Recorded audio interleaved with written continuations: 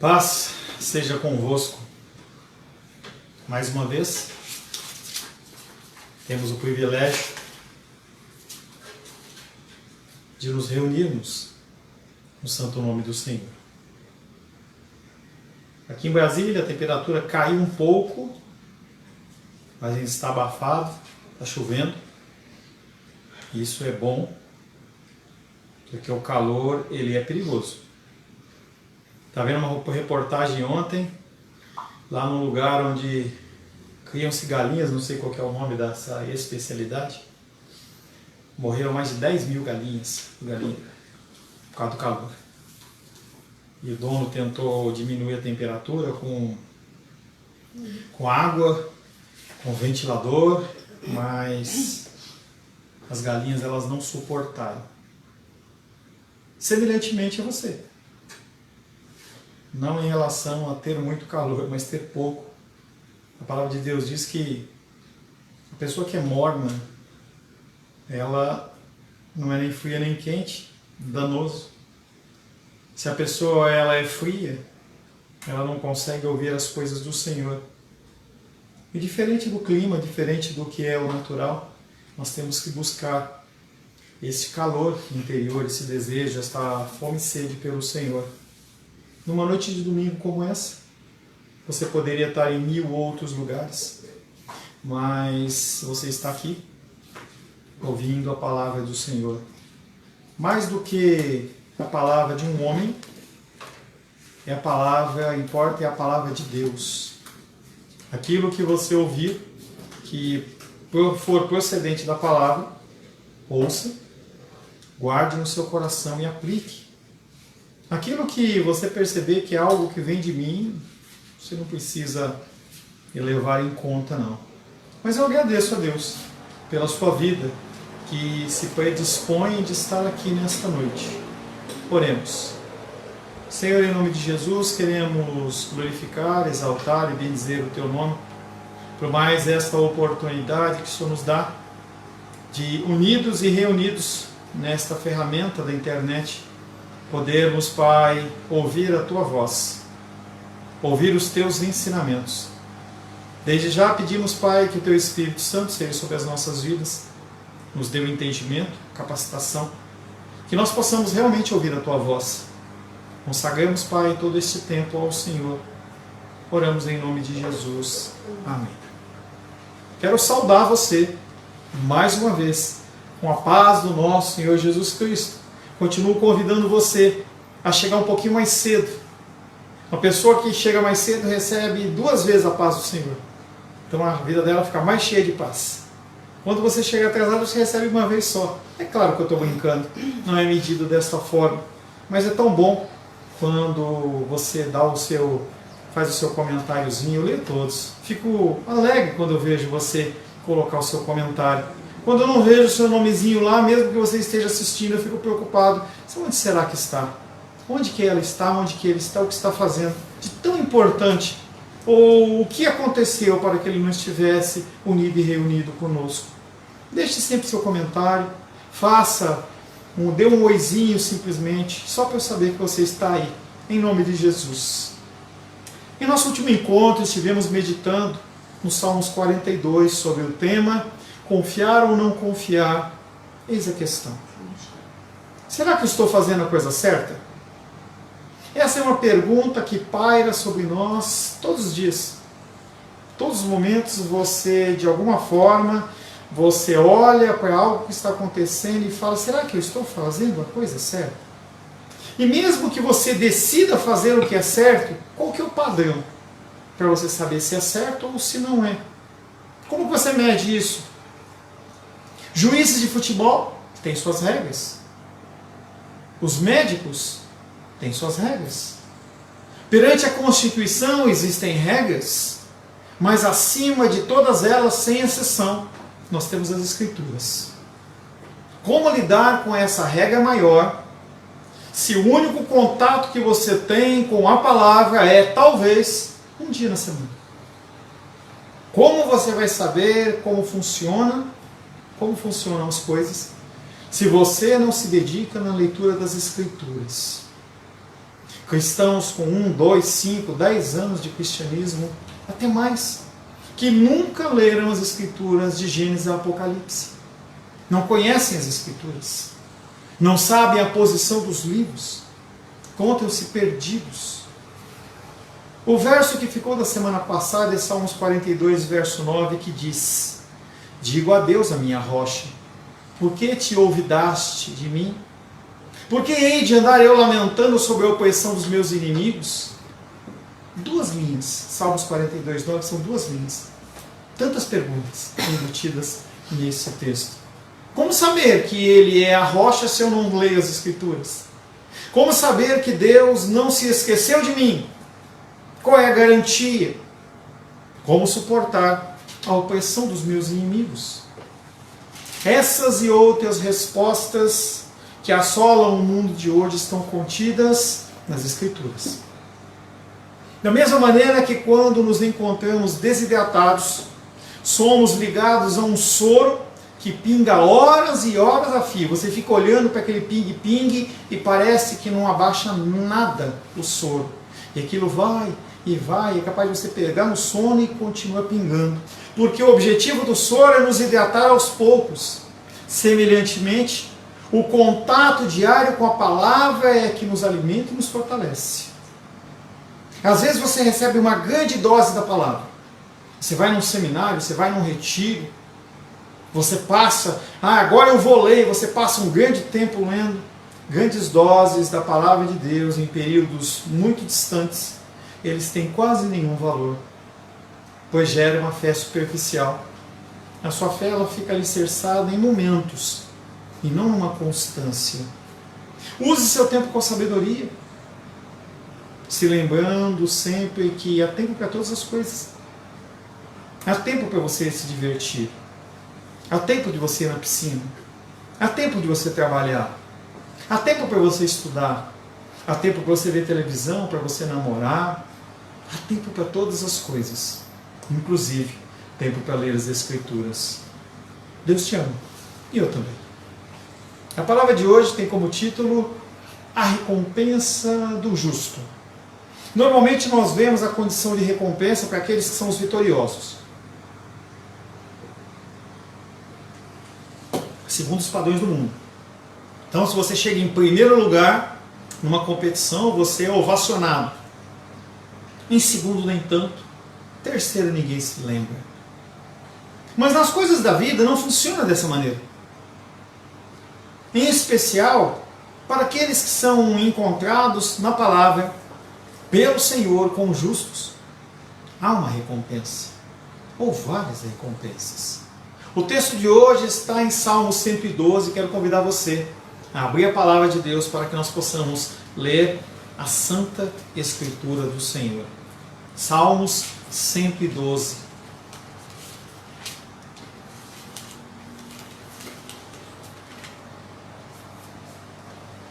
Salmo 112. Assim diz a palavra de Deus. Aleluia! Bem-aventurado o homem que teme ao Senhor e que se compraz, que se alegra, que se deleita nos seus mandamentos. A sua descendência será poderosa na terra. Será abençoada a geração dos justos. Na sua casa há prosperidade e riqueza, e a sua justiça permanece para sempre. Ao justo nasce luz nas trevas, ele é benigno. Lembra do fruto do Espírito? Ele é benigno, ele é misericordioso, ele é justo. Ditoso o homem que se compadece e empresta, ele defenderá a sua causa em juízo. Não será jamais abalado, será tido em memória eterna. Não se atemoriza de más notícias, o seu coração é firme, confiante no Senhor.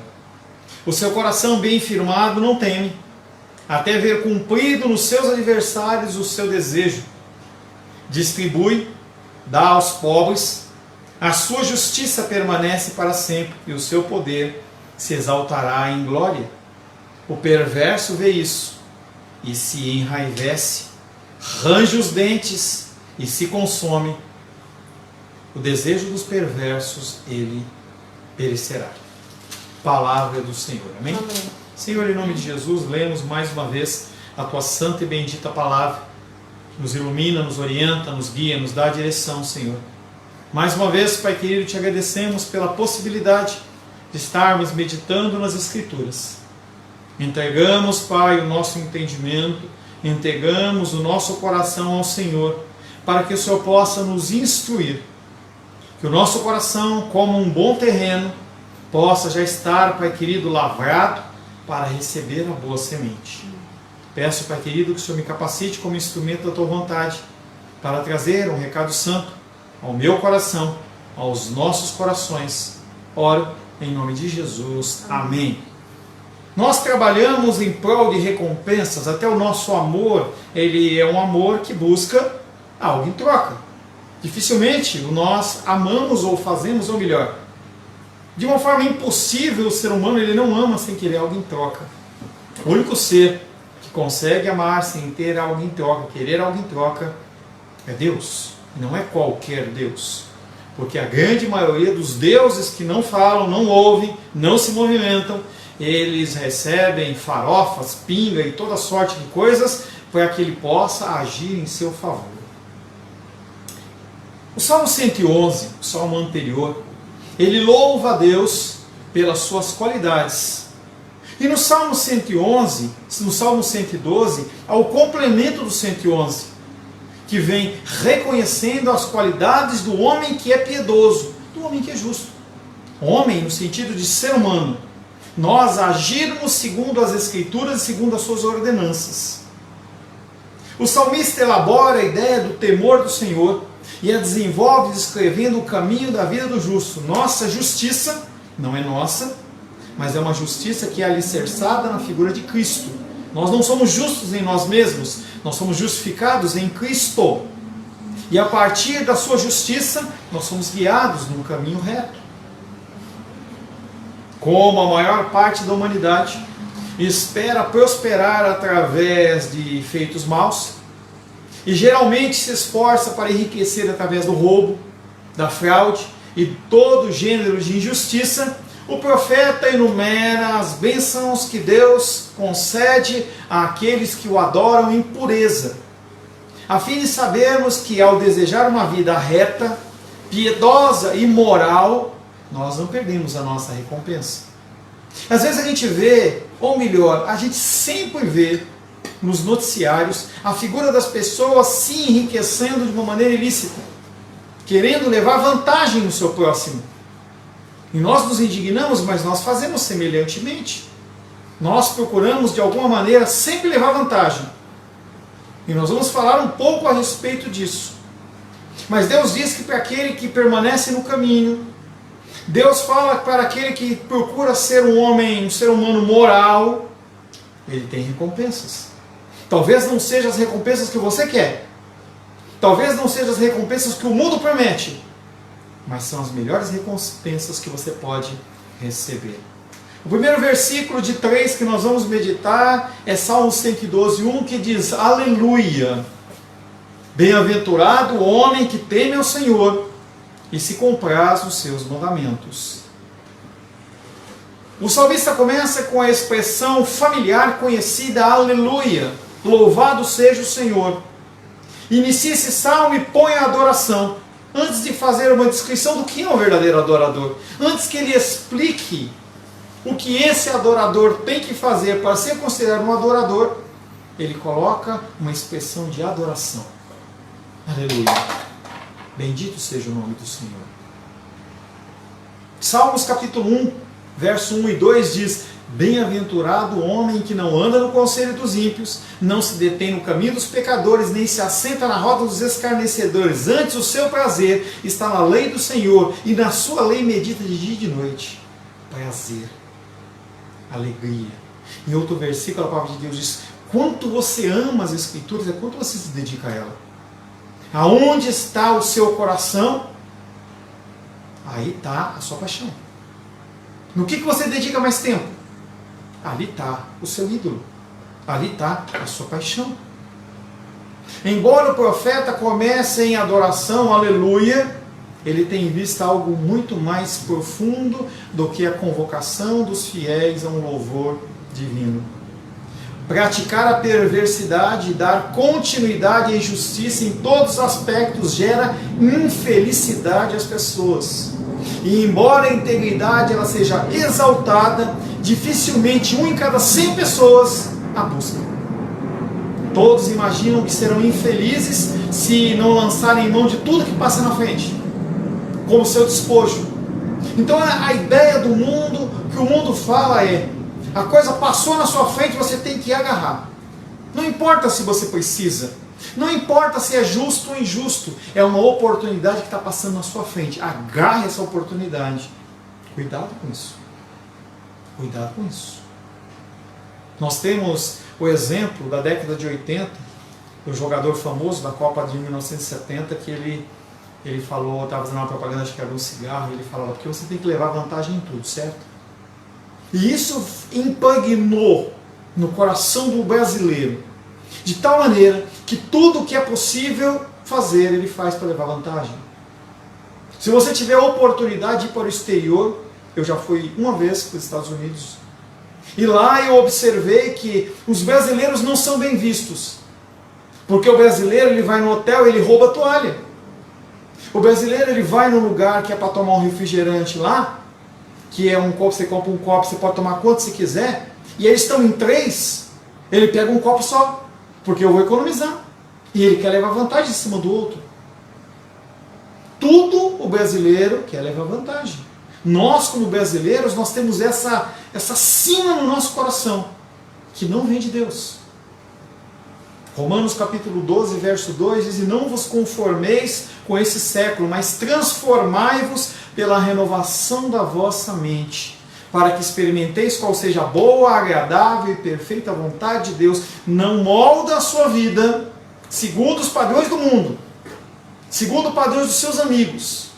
Jovens e adolescentes têm essa tendência, para eu receber o aval, a aceitação das pessoas que estão à minha volta, eu aceito aquele tipo de coisa.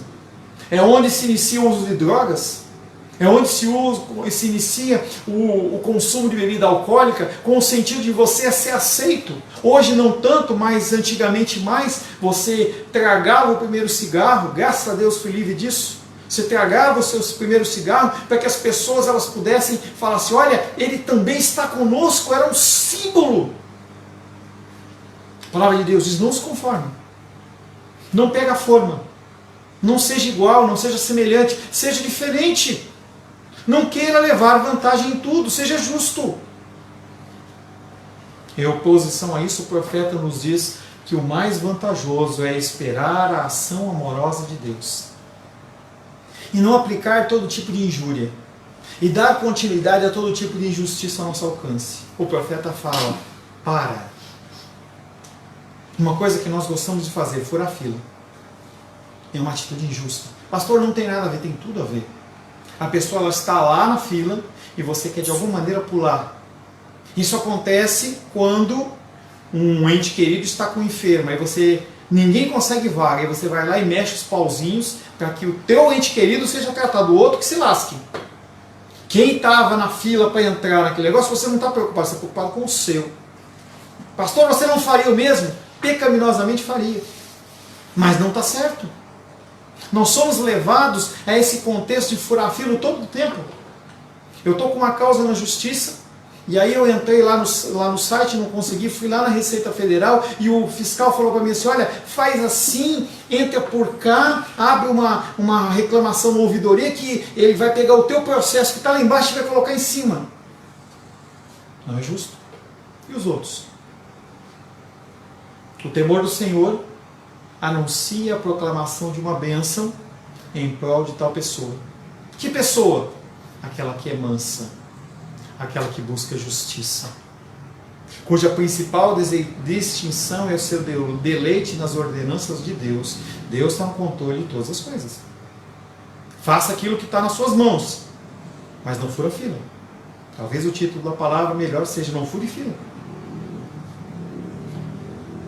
Ao colocar diante de nós a esperança segura da recompensa, o salmista nos chama de volta à prática da bondade e da benignidade. E o salmista fala assim: é garantida a sua recompensa.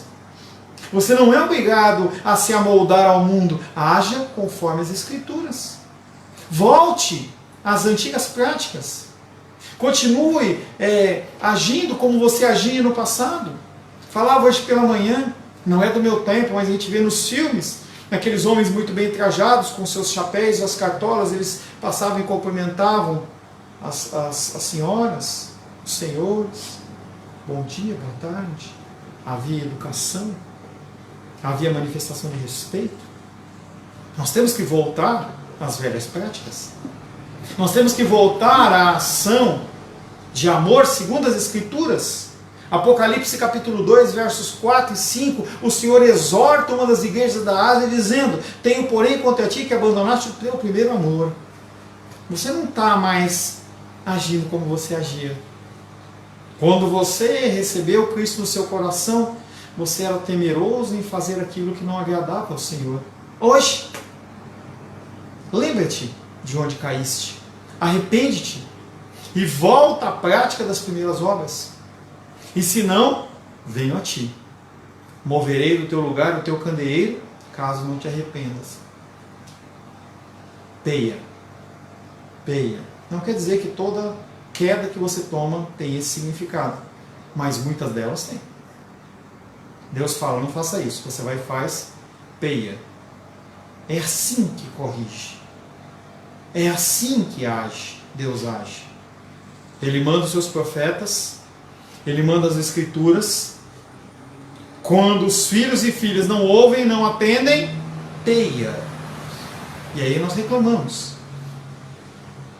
Na segunda sentença do versículo, e se compraz dos seus mandamentos. Mais difícil do que a primeira frase é a segunda. Nós temos que nos alegrar nos mandamentos do Senhor. O profeta especifica em que consiste esse temor de Deus. O que consiste você ter o temor do Senhor? Se agradar os seus mandamentos. Não é movimentos religiosos. Não sei se já passou, ainda vai ter, tem lá a marcha para Jesus. Quer ir, vai, não tem problema. Mas mais importante do que aquilo é você agir como um cristão no dia a dia. Colocar faixinha na testa é fácil. Colocar camiseta no peito é fácil. Andar uma hora gritando Jesus, Jesus, Jesus é fácil. Eu quero ver você viver no dia a dia fazendo isso. É isso que Deus espera. Que você mude no seu dia a dia. É facilmente observado no mundo que a lei de Deus é desprezada pelo gênero humano. Nada é mais comum do que fingir temor a Deus. E nós vivemos numa época que ser cristão evangélico é uma moda, é um status. O que você é? Eu sou evangélico. E você enche a boca, e a sua boca, ela não fala, ela fala de algo que você não vive. Essa impiedade é bem rejeitada pelo profeta, quando ele reconhece que só pertence ao grupo de adoradores de Deus, aquele que se esforça para guardar a sua lei. Não adianta você declarar que é filho se você não guarda a lei, se você não executa os seus mandamentos.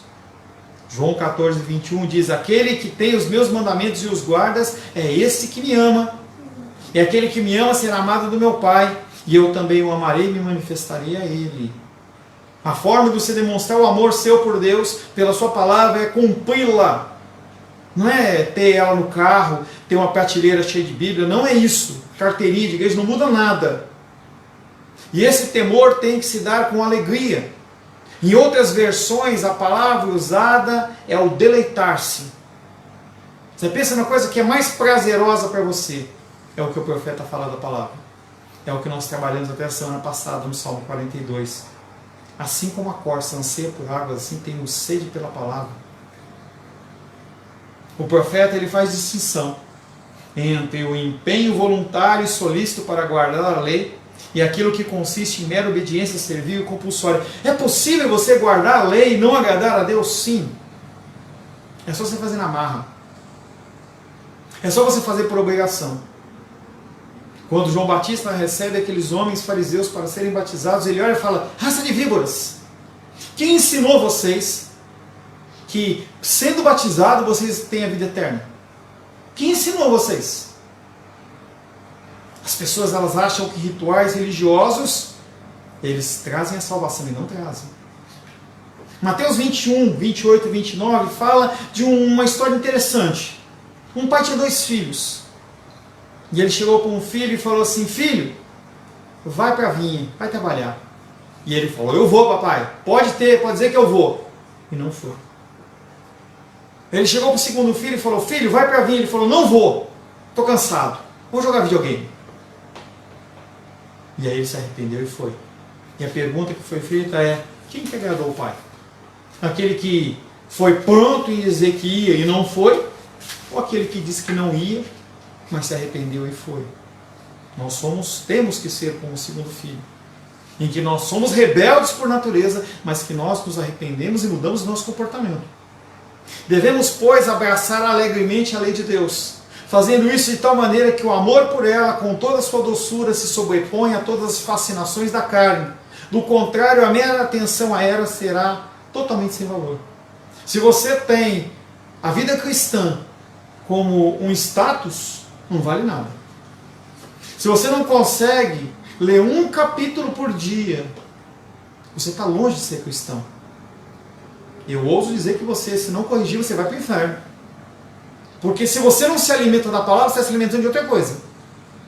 Ai, pastor, eu não consigo. Não consegue uma pinóia. Lógico que consegue. É só você ter força de vontade.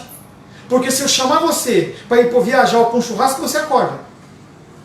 Se eu chamar você para uma diversão, você vai. Agora, quando é o Senhor, não. É interessante como nós temos esse sistema de valores em que nós olhamos para as coisas do Senhor como sempre em segundo plano. Sempre parece que vai dar tempo de você fazer de novo. Mas não é bem assim. Eu tenho mexido no meu coração, qualquer hora eu vou trazer essa palavra, que é a parábola das viúvas nécias. É você esperando. Virgens e nécias. É você esperando. Daqui a pouco. Ai, hoje eu não consigo, pastor. Eu tenho 30 anos, eu tenho 25 anos, eu não consigo acordar cedo. Você não tem vergonha? Você não fica envergonhado de não conseguir separar um tempo para o Senhor e dizer que você está cansadinho? Marca uma balada para ver se você não vai. Marca uma festa. Marca uma reunião de oração na igreja. Vamos ver quantos comparecem. Marca um churrasco. Eu converso com a minha mãe e ela fala que uma das dificuldades lá da igreja dela é isso. Os membros são poucos. Marca uma festa. Lota. Eu convido todo mundo. Convido até quem eu não conheço. Por conseguinte, uma pessoa não pode ser considerada uma genuína observadora da lei se não chega a esse ponto. O deleite que ela tem na lei de Deus torna-se em uma obediência prazerosa. Por que eu insisto tanto para você ler as Escrituras? Para que você se acostume com isso.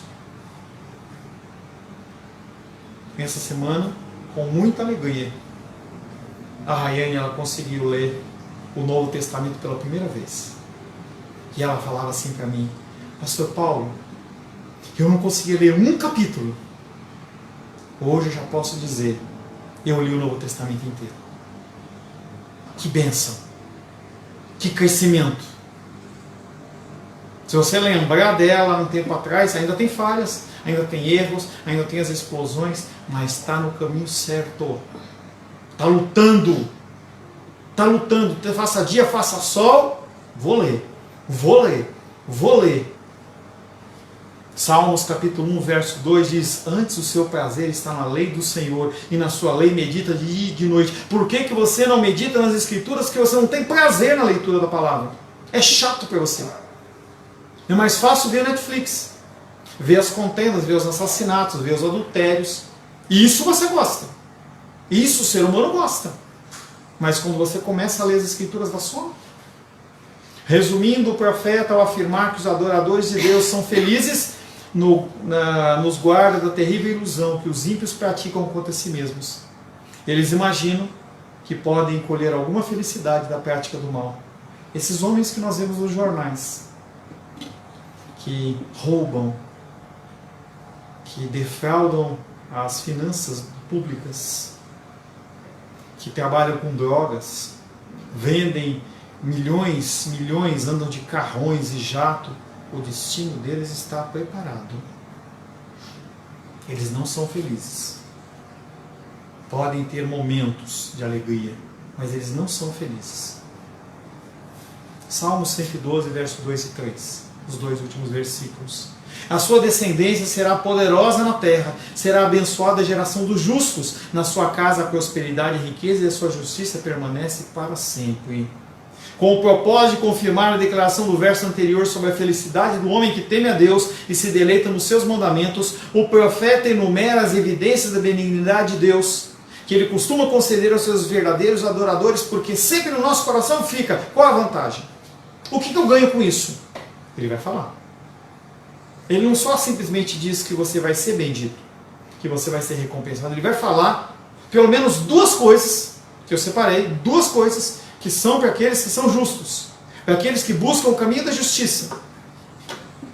Em primeiro lugar, o salmista diz que a bondade paternal de Deus não se resume exclusivamente ao próprio adorador, mas se estende à sua posteridade. Quando você age com justiça, os seus filhos são abençoados, os seus netos são abençoados. Salmo 119, 90 diz: a sua fidelidade estende-se de geração em geração. Você que é jovem, as pessoas elas vão lembrar de você daqui a 100 anos. Então, a partir daquela vida, a nossa família mudou. Aquela destruição mudou. O meu filho não viveu o que eu vivi. Não foi abusado. Não foi violentado. Não teve agressão no lar. Tem amor pelo Senhor. É um privilégio. Outro texto, em Êxodo 34, verso 7, diz: tenho misericórdia de 1000 gerações daqueles que me amam e guardam os seus mandamentos. Você entende como se estende a bênção do Senhor pela tua ação hoje? Talvez você não colha, mas os seus filhos colhem. Os seus netos vão colher. Os seus bisnetos vão colher. É muito forte isso. Não é algo que fica relegado aos seus 70, 80 anos de vida, mas se estende. Eu vejo a figura do irmão Cláudio, do irmão Naudiceia, vejo a figura do papai da irmã Naudiceia, quando ela conta a história da como era o papai dela, e eu vejo essa história. Foi bênção lá, foi bênção na vida da Naudiceia, está sendo bênção na vida da Glenda, vai ser bênção na vida dos filhos. Você entende esse derramar da bênção do Senhor? O privilégio, a recompensa de você ser bendito? Amém. Entretanto, que pena que tem um entretanto, visto que não pouco se dispõe a perverter essa doutrina, aplicando-a como um padrão de troca, segundo o qual Deus é obrigado a dar os seus favores temporais, é oportuno ter em mente que eles ocorrem de acordo com a vontade de Deus. Algumas pessoas elas veem isso e falam: então eu vou fazer tal coisa. Porque eu dou, ele me dá. Eu abençoo, ele me abençoa. Não é assim que funciona. Você está na religião errada. Talvez uma religião afro seja melhor para você. Talvez uma religião em que você oferece coisas para receber outra em troca. E tem várias. Tem muitas igrejas evangélicas, inclusive, que trabalham dentro dessa vertente. É o carnê disso, é o carnê daquilo. É o irmão passando mal, está precisando de fazer uma operação, então nós temos que fazer uma ação entre amigos. O irmão é obrigado a dar o laptop dele para levantar recursos, porque os irmãos da igreja não conseguem abençoar sem receber algo em troca. Sem essa motivação. Às vezes ocorre que muitos dos servos são oprimidos por pobreza e carência. Têm de suportar o peso das enfermidades. São acossados por diversas calamidades, vivem em constante perplexidade, mesmo assim são servos. Você tem que entender que não é sistema de troca. E aí eu mostro para você pessoas que, apesar de serem servos, serem dedicados, sofrem. Temos a nossa irmã Lourdes e nosso irmão Diene. Há quanto tempo elas padecem disso? Quanto tempo? Quer dizer que porque elas padecem, elas estão fora da graça do Senhor? Não. Não, você está enganado. Elas sofrem e padecem coisas que você não conseguiria suportar. E sobre a vida delas é a graça do Senhor superior do que é sobre a sua. Porque você não tem que passar o que elas passam. É necessário ter em vista esse princípio. Às vezes Deus outorga generosidade mais grandemente e outras vezes mais restritamente, de conformidade com o que Ele percebe ser o melhor para os seus filhos. A doença, ela pode ser uma bênção. Ela procede na permissão de Deus sobre a minha vida e sobre a sua vida. Titia faleceu há 3 meses e pouquinho, ainda meu coração se entristece, mas eu tenho que entender que foi um propósito de Deus para libertá-la do sofrimento e para nos fazer crescer como igreja. A partir do falecimento dela, as pessoas elas começaram a se colocar mais à disposição em relação a dízimos e ofertas, e nós temos mantido a arrecadação da nossa igreja, mesmo sem a bênção dela. Nós crescemos. Não consigo enxergar, mas tem que ter um propósito na enfermidade da nossa irmã Diene, da nossa irmã Lourdes, em que elas sofrem e padecem.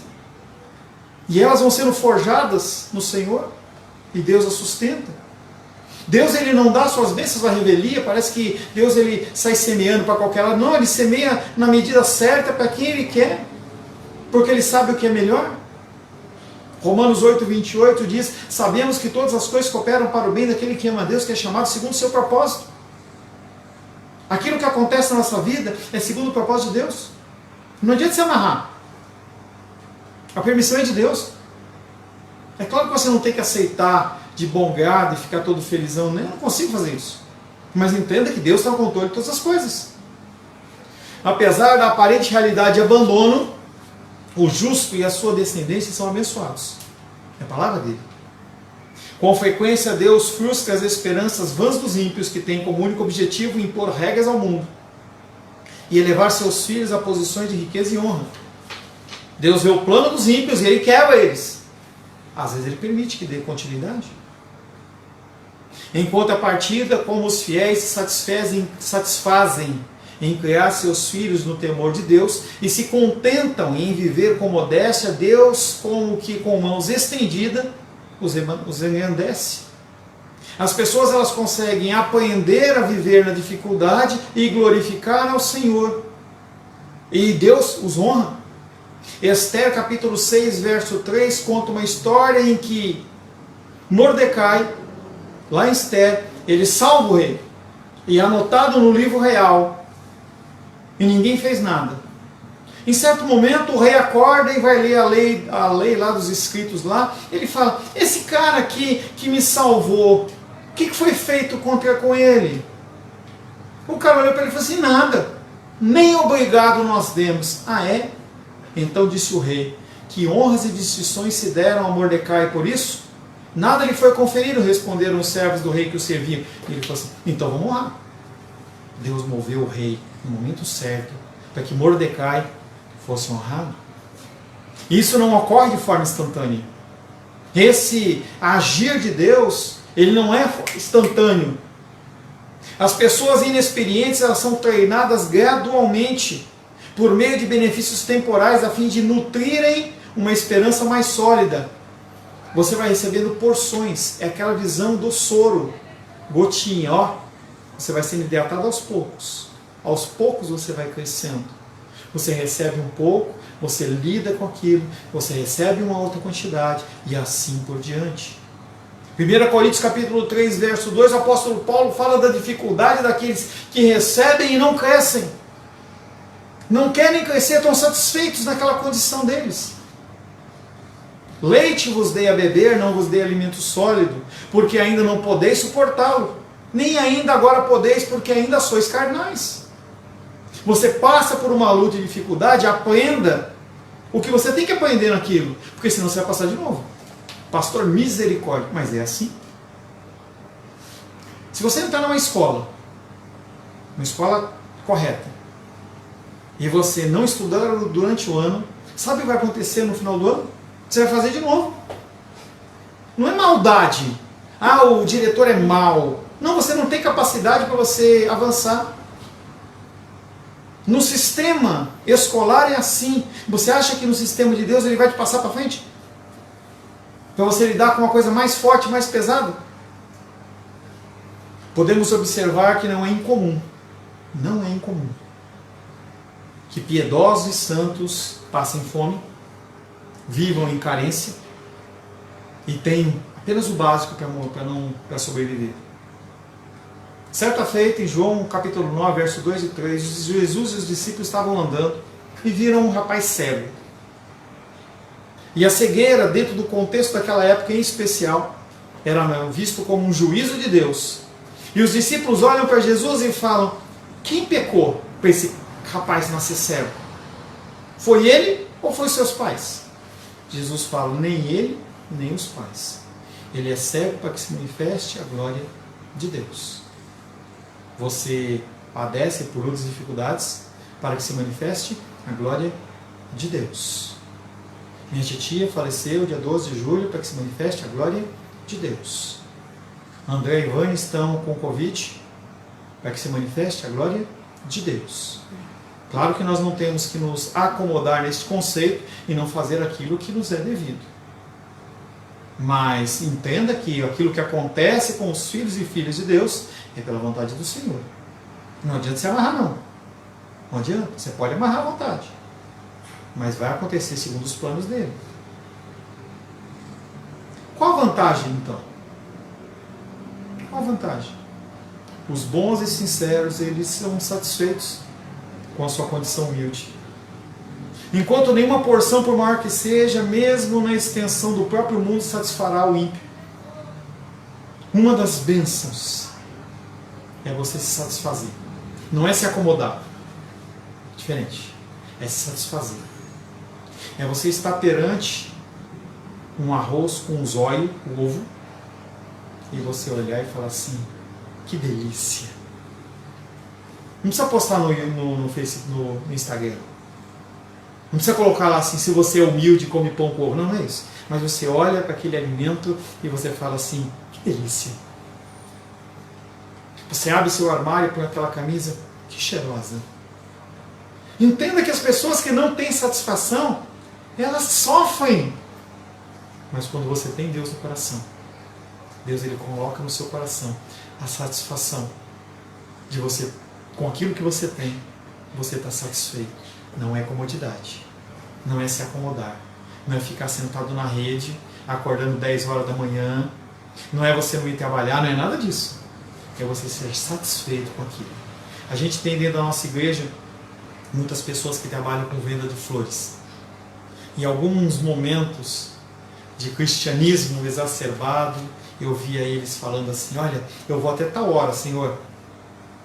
Se o que eu vender está ótimo. E aí vendia, aí saía alegre. Ó, aquilo que o Senhor me deu. E aí Deus fazia prosperar. Oh, alegria! O velho ditado se mantém verdadeiro. O cobiçoso quer aquilo que tem e o que não tem, porque ele não é dono de nada. E ele é escravo da sua própria cobiça. Aquele que quer muito, ele não é satisfeito com o que ele tem. Nunca vai ficar satisfeito com o que ele tem. Aquela figura do homem lá de Lucas, ele olha os seus celeiros, olha a sua colheita e fala: não vai caber, destrui tudo. E aí constrói aqueles celeiros enormes. Agora eu guardei, agora eu tenho, agora eu vou me divertir, agora eu vou me alegrar. Louco, hoje você vai morrer. Você não vai aproveitar nada. O salmista finaliza este verso dizendo: e a sua justiça, ela dura para sempre. Olha que bênção. Essa prosperidade, essa bênção sobre as suas gerações é para sempre. A sua satisfação, ela é para sempre. A justiça de Deus é para sempre. Você anda diferente dos padrões do mundo. Você é satisfeito com aquilo que você tem. Não há um privilégio maior nos dias de hoje do que você ser satisfeito. Hoje, você olha, estava vendo lá na televisão, o cara: ai, fulano, eu ouço você porque eu sou depressivo, o outro é porque está com tal problema, meu marido é isso, meu marido é aquilo, eu sou... Gente, não há satisfação. As pessoas cada vez mais são insatisfeitas consigo mesmo. As mídias sociais trazem padrões físicos que não são reais. São fotos trabalhadas em programas em que tira a gordurinha dali, tira dali, e eu não tenho problema nenhum em você querer ser bonito ou bonita, não há problema. O problema é você usar aquilo como a única regra para você. E as pessoas elas não conseguem atingir esse padrão de riqueza, esse padrão de espiritualidade, esse padrão... E ficam insatisfeitas consigo mesmo. Com Cristo você é satisfeito? O salmista finaliza esse verso dizendo: a sua justiça dura para sempre. De fato, isso constitui a verdadeira e apropriada diferença entre o santo e o ímpio. Porque o ímpio pode durar algum tempo. Ele pode acumular riquezas. Contudo, isso muda no instante. Deus ele é aquele que levanta reis e derruba presidentes. Ageu capítulo 1, verso 9, parte A do versículo diz: esperastes muito, e eis que veio a ser pouco. E esse pouco, quando você trouxe a casa, eu com um sopro dissipei, você não tem nada. As pessoas que estão aí com lanchas, com Ferraris, tudo de dinheiro desviado, vão pagar. Não tem paz no coração. De uma hora para outra estão na cadeia. E vemos diariamente que o que foi adquirido por violência e fraude se torna presa e propriedade de outros. O ladrão, ele é roubado por outro ladrão mais esperto. E o que ele tinha vai embora e ele fica sem nada. E os fiéis? E aqueles que buscam a justiça de Deus? Mas para os fiéis, a sua integridade é a mais segura garantia de serem preservadas as bênçãos divinas. A gasolina pode aumentar. O plano social pode dar errado. A Covid pode vir, Covid vezes 19, pode vir a Covid-20, derrubar tudo. A palavra de Deus diz: 1000 caem ao seu lado, 10.000 à sua direita e você não é atingido. Nunca vi um justo mendigar o pão. A sua geração ela é bendita, de eternidade em eternidade. As promessas do Senhor estão nas Escrituras, mas elas são para os filhos. Arrependa-te do teu caminho. Corrige aquilo que você tem feito. Para dessa criancice de que você não consegue, não dá conta, ui, ui, ui, ai, ai, ai, isso não vai resolver nada. Não deixe ser entregue pelos planos do mundo, pela forma do mundo, mas se adeque segundo a forma de Deus. Oremos. Senhor, em nome de Jesus, queremos agradecer a Ti, Pai, porque não somos justos em nós mesmos, mas somos justos, Pai, através de Cristo Jesus. Queremos, Pai querido, colocar a nossa vida no Teu altar, pedindo a Ti, Pai querido, que nós possamos saber ser bons dispenseiros do nosso tempo. Há tempo para todas as coisas, que nós saibamos, Pai, separar também o tempo para o Senhor. Amém. Nos abençoa, Pai. Nos guarde, nos protege. Oro em nome de Jesus. Amém. Amém. Graças a Deus. Graças a Deus. Agradeço você porque você esteve esse dia mais uma vez comigo, me dando a oportunidade de pastorear. Mais uma semana está para se iniciar. Uma semana de trabalho, de dificuldades. Se cuide, faça exercícios, se alimente, durma, não excessivamente, e busque ao Senhor. Quarta-feira nós temos nossa reunião de oração, às 20 horas. Você é convidado para estar conosco. Senhor, em nome de Jesus, agradecemos a Ti por mais esse dia, na Tua presença, pelo Teu amor e a Tua graça. Pedimos que o Senhor possa estender os Teus benefícios da semana que se passou para esta nova semana, e que nós possamos, Pai, na quarta-feira nos reunirmos para oração, e que possamos nos encontrar novamente no domingo para louvar, adorar e bendizer o Teu nome. O amor de Deus, Pai, que a graça salvadora de Jesus Cristo e a consolação do Espírito Santo seja sobre a nossa vida hoje e sempre. Amém, amém. Deus abençoe. Tenha um restante de noite abençoado. Que Deus abençoe amanhã o seu dia.